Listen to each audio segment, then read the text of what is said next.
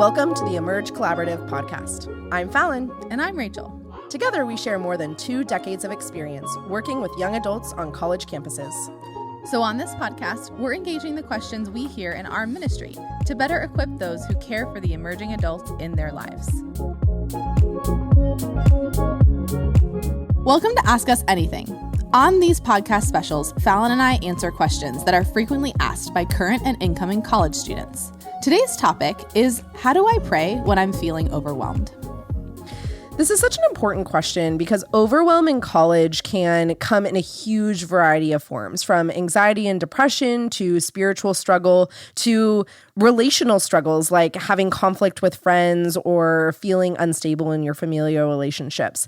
And so overwhelm comes in all shapes and sizes and types.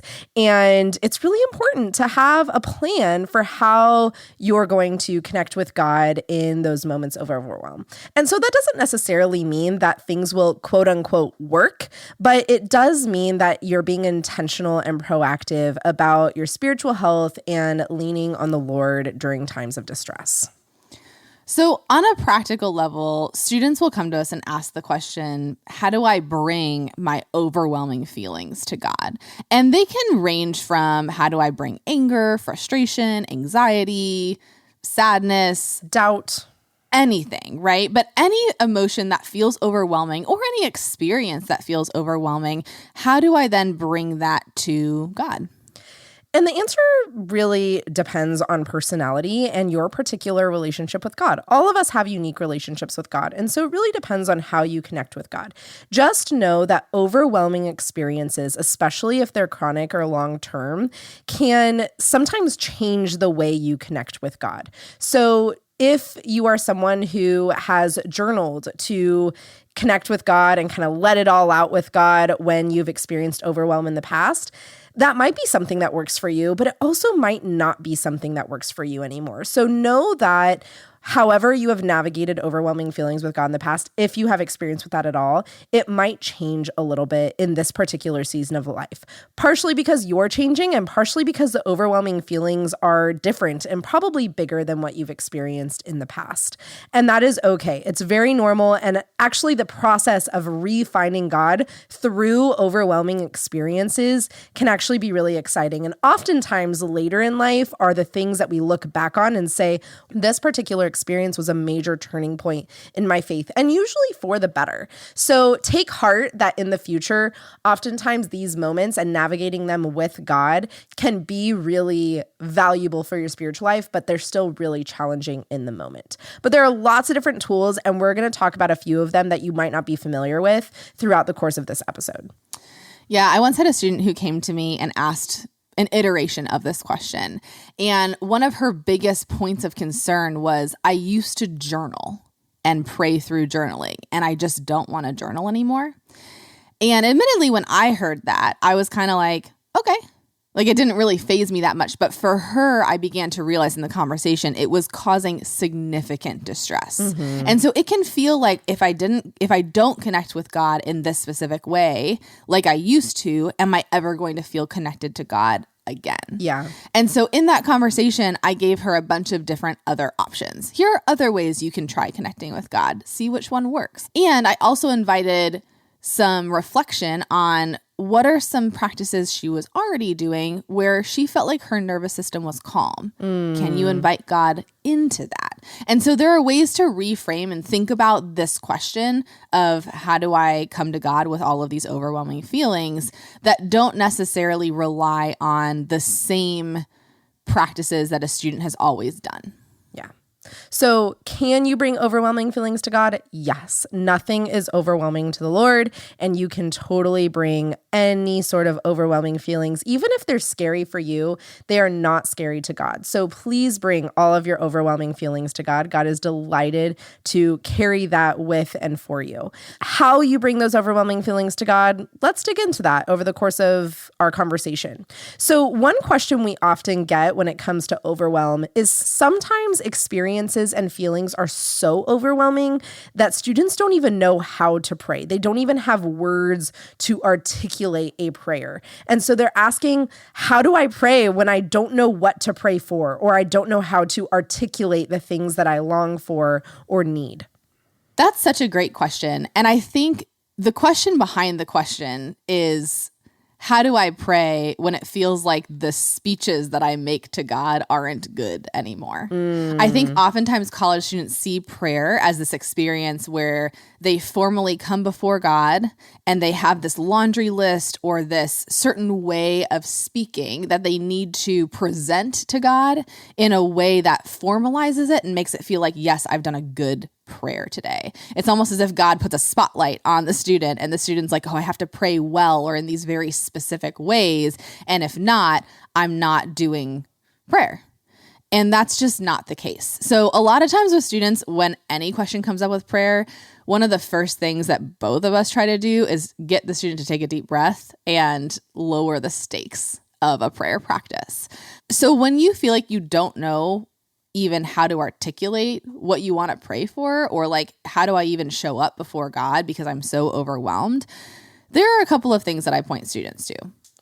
One really wonderful practice, it's my personal favorite prayer practice, is breath prayer. Breath prayer can be practiced in a lot of different ways, but most importantly, breath prayer simply engages our bodies and engages our breath in the act of praying. So most simply, breath prayer is taking a deep breath in and then releasing that deep breath, breathing out. And as you breathe in and out, repeating the same word or phrase or first half, second half of a sentence, or saying a name for God and then making a short request or asking a question or expressing some sort of sentiment. So here are a few examples. You can pray in, I know you are everywhere, out, I know you are with me. In, I know you are everywhere, out, I know you are with me. Another example would be breathing in, the Lord is my shepherd, breathing out, I shall not want. Breathing in, the Lord is my shepherd, breathing out, I shall not want. Another example would be breathing in, Prince of Peace, breathing out, give me peace. Breathing in, Prince of Peace, breathing out, give me peace. And so whatever you end up landing on with a specific time of breath prayer, you can set a timer for a minute or two, or you can just sit back in your chair and close your eyes and take a few deep breaths. But the important part with breath prayer is that you repeat the same thing in that setting. So whatever you end up landing on, just repeat the same thing for the entirety of that breath prayer, whether it's a minute or 5 minutes or less or more. You can repeat that same thing, trusting that God fills in the rest, that God listens to the words that are being unspoken, that God knows the depths of our hearts even more deeply than we do. And that also gives us a chance to listen to God's response and even to listen to our deepest desires and thoughts and needs that are maybe underneath the breath prayer that we're articulating. Romans 8:26-27 says, likewise, the Spirit helps us in our weakness, for we do not know how to pray as we ought, but that very Spirit intercedes with groanings too deep for words. And God, who searches hearts, knows what is in the mind of the Spirit, because the Spirit intercedes for the saints according to the will of God.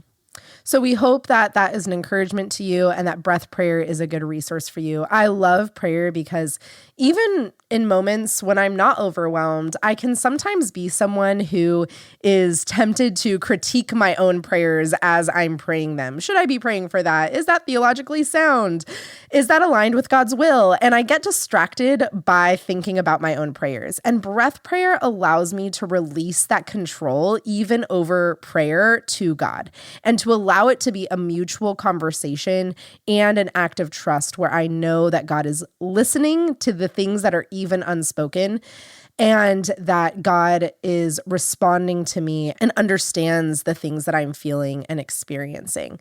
The beautiful thing too is that engaging our breath as we pray that short prayer and allowing it to sync up with breathing in and out deeply is a way for us to feel peace as well. We know that the chemicals in our brain actually change and become more peaceful when we engage our breath with intentionality. And that's the way God created us. And so breathing in deeply and intentionally is a really wonderful way to also celebrate God's design of our bodies and engage our entire body and all of our breath in breath prayer. Breath prayer is also a reminder of the breath of God. So in the creation accounts in Genesis, we see God breathing life into humanity, and that is what animates us. Breath leads to life. The name of God in the Hebrew Bible or the Old Testament is all breath letters in Hebrew. So God's name is as close as our breath. We see that Jesus, before he is crucified and resurrects, breathes on his disciples. There is breath all throughout Scripture. And when we engage in breath prayer, not only do we participate in the long tradition of our faith that acknowledges that breath comes from God, we also experience God as close as our breath. That's really beautiful. So similar to the question of like, what do I do when I don't know what to pray for, is another question that we get a lot from students, which is, how do I pray in a crisis? Yeah, and that's a really good question, because sometimes in moments of crisis or emergency, it's not that we don't know what to pray for. It's that there's no time or mental or emotional space to articulate a prayer to God. And I know that I've certainly had experiences where I've looked back on a moment of crisis or emergency, and I think, wow, I didn't even pause to pray in that moment in order to recognize that God is in that moment with me and to ask God for guidance and help and peace in navigating that moment of crisis. And so one way of navigating that is to have one particular sentence or thought or idea that you return to automatically every single time a crisis or emergency hits. And that one sentence is kind of similar to breath prayer, where it can really be a huge diversity of things, but it is a reminder to you, especially if you articulate it out loud, even if it's just in a whisper. It's a reminder to you that God is present in that moment with you. And so again, you don't need to say all the things in order for it to be a prayer. God knows us more intimately than we know ourselves. And so having one sentence that you can kind of go back to and repeat every time you're in a crisis, when you think like, oh my gosh, I'm feeling really overwhelmed in this particular moment, or this is a really important emergency that needs all of my attention, that one sentence or idea can be really, really comforting. So some examples of prayers that you can have at the ready for moments of crisis, when you just know you're not going to be able to articulate some sort of long, well thought out prayer, right? One of my favorite phrases is, be still and know that I am God. In moments of crisis, in moments when I need comfort, that is a phrase that I have returned to again and again. Another might be, God, you are my comfort and my strength. Or another might be, Jesus, I know you are with me. The thing about this prayer practice too is that Jesus also prays short prayers in the Gospels. Jesus says, Father, glorify your name. Jesus says, not my will, but yours be done. He says, Father, forgive them, for they know not what they do. These are not long, drawn-out prayers. They are phrases that you see Jesus using to connect with the Father in moments that are important and often crisis moments in his life and ministry. And so it's important to note that when we picture prayer, we do tend to picture long, lofty prayers that are weirdly prayed before we eat and then all the food gets cold, or long, lofty prayers that come from the stage and you're like, oh my gosh, if this prayer is this long, how long is the sermon going to be, right? We picture those kinds of prayers, but in reality, prayers can be lots of different lengths, and we see in the example of the life and ministry of Jesus, him praying short prayers too. In moments of crisis or overwhelm, students often ask the question, how do I pray when my mind feels overloaded? And that overloaded feeling of the mind can come from a mental health challenge or just feeling really scattered. a phrase students often use is like, I can't turn my brain off. I can't sit still. I can't fall asleep at night. So one practice that I recommend is called the body scan. And the body scan, when practiced as a prayer, is a practice that can really help us feel attuned to God's presence, but also feel really grounded in the present moment. So a body scan is exactly what it sounds like. It's a kind of mental scan of your body prayerfully. So oftentimes I'll tell people, start by just taking a few deep breaths. Again, breath is super important for our mental and emotional well-being and our sense of being grounded in the present moment. And so take a few deep breaths, and then starting with your toes, focus all of your attention on one body part at a time. So start with your toes and move all the way up to the crown of your head. I'll guide students to do a body scan, and when we're in a group setting, usually they're sitting still and they're usually sitting with their eyes closed. But this is also a really great practice for when you're lying awake at night and you're experiencing insomnia, or it's just one of those times when you can't turn your brain off. Lying down is actually a really great posture for doing this particular practice. So start by focusing all of your attention on your feet or your toes specifically. And think about what that body part does for your body and how God intricately made that part of your body as an expression of God's love for you and God's intimate design of your particular body and of the human body in general. So focus all of your attention on your feet, then your ankles, your calves, your shins, your knees, your thighs, your hips, your torso, your back, your spine, your shoulders, your arms, your elbows, your wrists, your palms, the back of your hands, your fingers. And then we move back up to the torso. And I encourage students to take a moment and think about all of the organs in their body that are working to keep them alive and to keep them healthy without any thought on their part or any control that they consciously have. And then pay a particular attention to the heart for a moment. I usually encourage students to put a hand on their heart, or if it feels better, they can put a thumb on their wrist or 2 fingers on their neck in order to feel their heartbeat. And take a couple deep breaths as a pause. And then to move to their neck, their face, including their lips, including their mouth, their nose, their eyes, their forehead, their ears, and then ending with the crown of their head.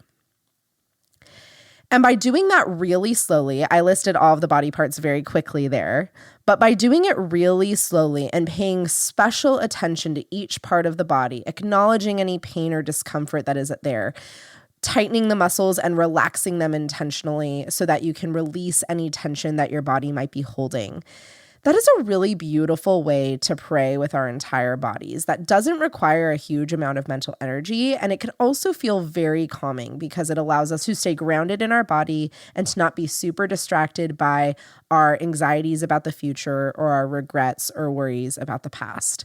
And that is a really helpful prayer practice for when your mind is feeling overloaded. Again, super helpful to do super slowly, especially when you're lying in bed at the end of the night.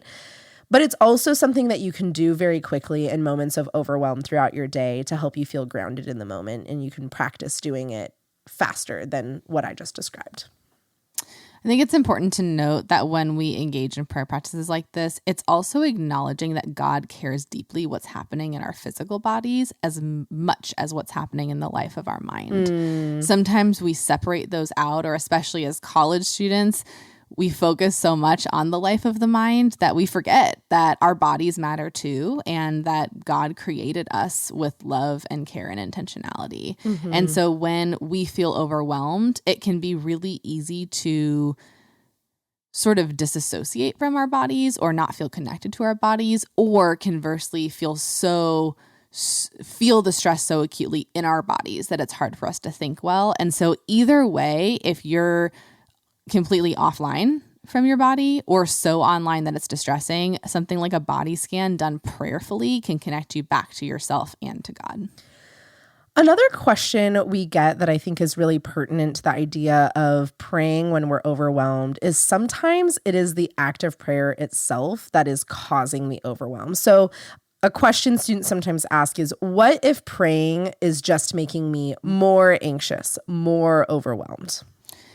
Yeah, I'm thinking of a conversation that I had with a student a while back, and he expressed to me that he was feeling this exact way, where he would try to come to God in prayer and would end up either shaming himself for feeling like he was praying incorrectly, and then that would become very distressing, or he felt like his mind was so scattered that sitting quietly in prayer was too much for his distressed nervous system. So it was the actual act of coming before God and sitting still that was causing him to have anxiety. Other times students struggle with actually praying because there's some religious trauma or some doubts that they're having or some baggage that they haven't really sorted through yet. And so they can also bring that into their prayer practices, and it can make it really difficult and distressing. So definitely something that students have encountered a lot. One of the prayer practices that I recommend in these moments when prayer just feels really overwhelming is I ask students the question, what is some sort of media that has helped you feel closer to God? Some students will respond and say something like the show The Chosen or a particular movie that they find to be deeply spiritual, even if it's not explicitly Christian. Other students will say things like this particular book or this passage really opened my mind to God. Most often, students respond with a particular song. Sometimes it's a particular Christian hymn or a contemporary Christian song that really speaks to where they are in this particular moment. But it doesn't have to be explicitly Christian. Sometimes it's a song that is really meaningful for them or an artist that just seems to really speak to their lived experiences, either in the past or in the present, or their hopes for the future, or their understanding about how the world works and how we relate to each other. And so since most students respond with some sort of music, I encourage them to do a music meditation prayerfully. So what that means is generally when we're listening to music, we often are multitasking. We're often listening to music while we are walking across campus, or while we are preparing a meal, or while we are eating, or while we are working on homework. And so if there's one particular artist or album or song or playlist, I encourage students to just meditate on that particular song with prayer. So that can look like laying on your bed and turning off all the lights and just putting in your headphones and listening to one album all the way through, which usually takes about 40-ish minutes.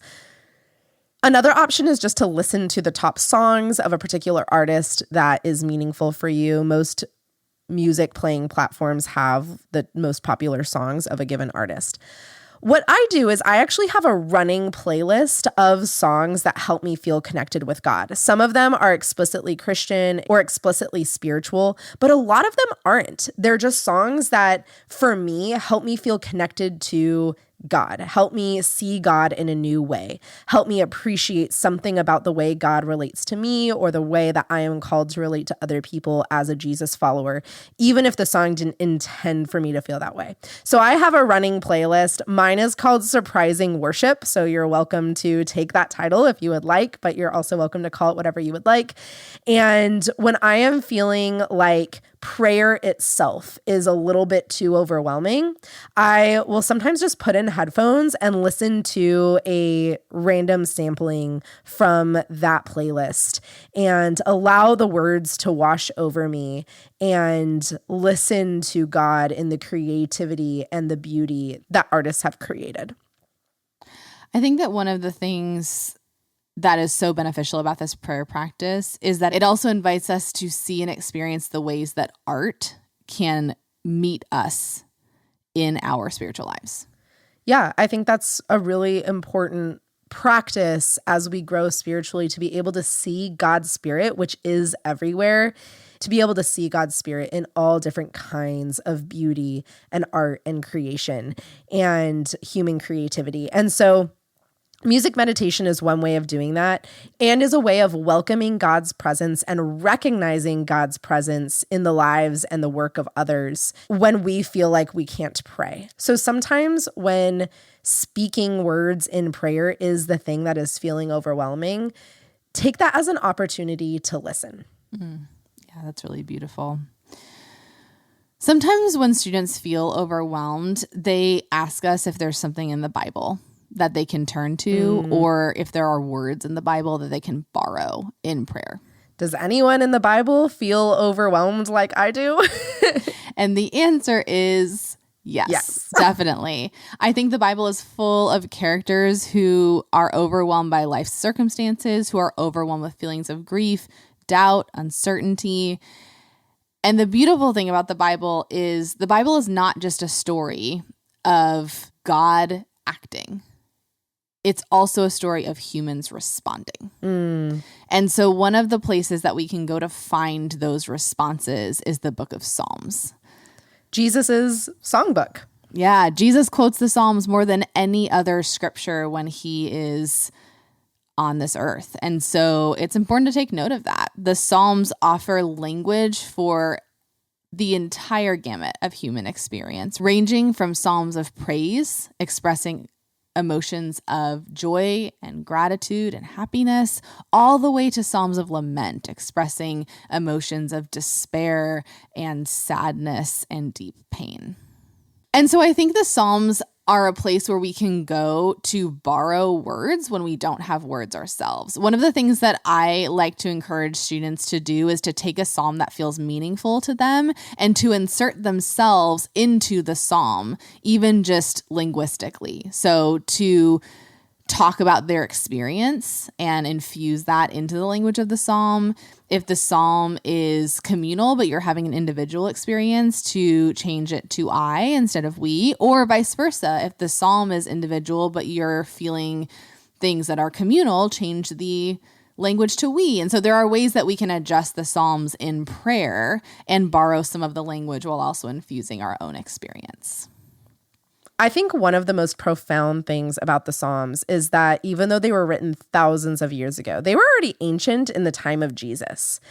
They have been preserved because they speak to the depths of human experience that we all share, no matter when we were born or where we were born or what language we speak or what life experiences we have. We all experience the same range of emotions, and the responses of God's people to God in response to the broad range of human experience expresses the entirety of the emotional spectrum that we have all experienced. And so the Psalms are a really fantastic resource to turn to when you want to pray with the Bible.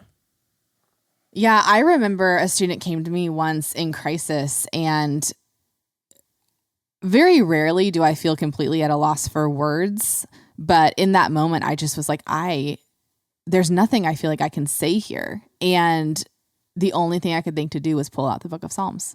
And I said, can we pray together? And would you mind if I read from Psalm 23? And we just started reading "The Lord is my shepherd" together. And it was a really meaningful experience for both of us, because suddenly scripture was giving language for something that I felt like I couldn't meet in the moment, for something that she didn't know how to express. And it was a really beautiful moment of experiencing the Psalms in a way that was super relevant to what was happening in the 21st century in a college student's life.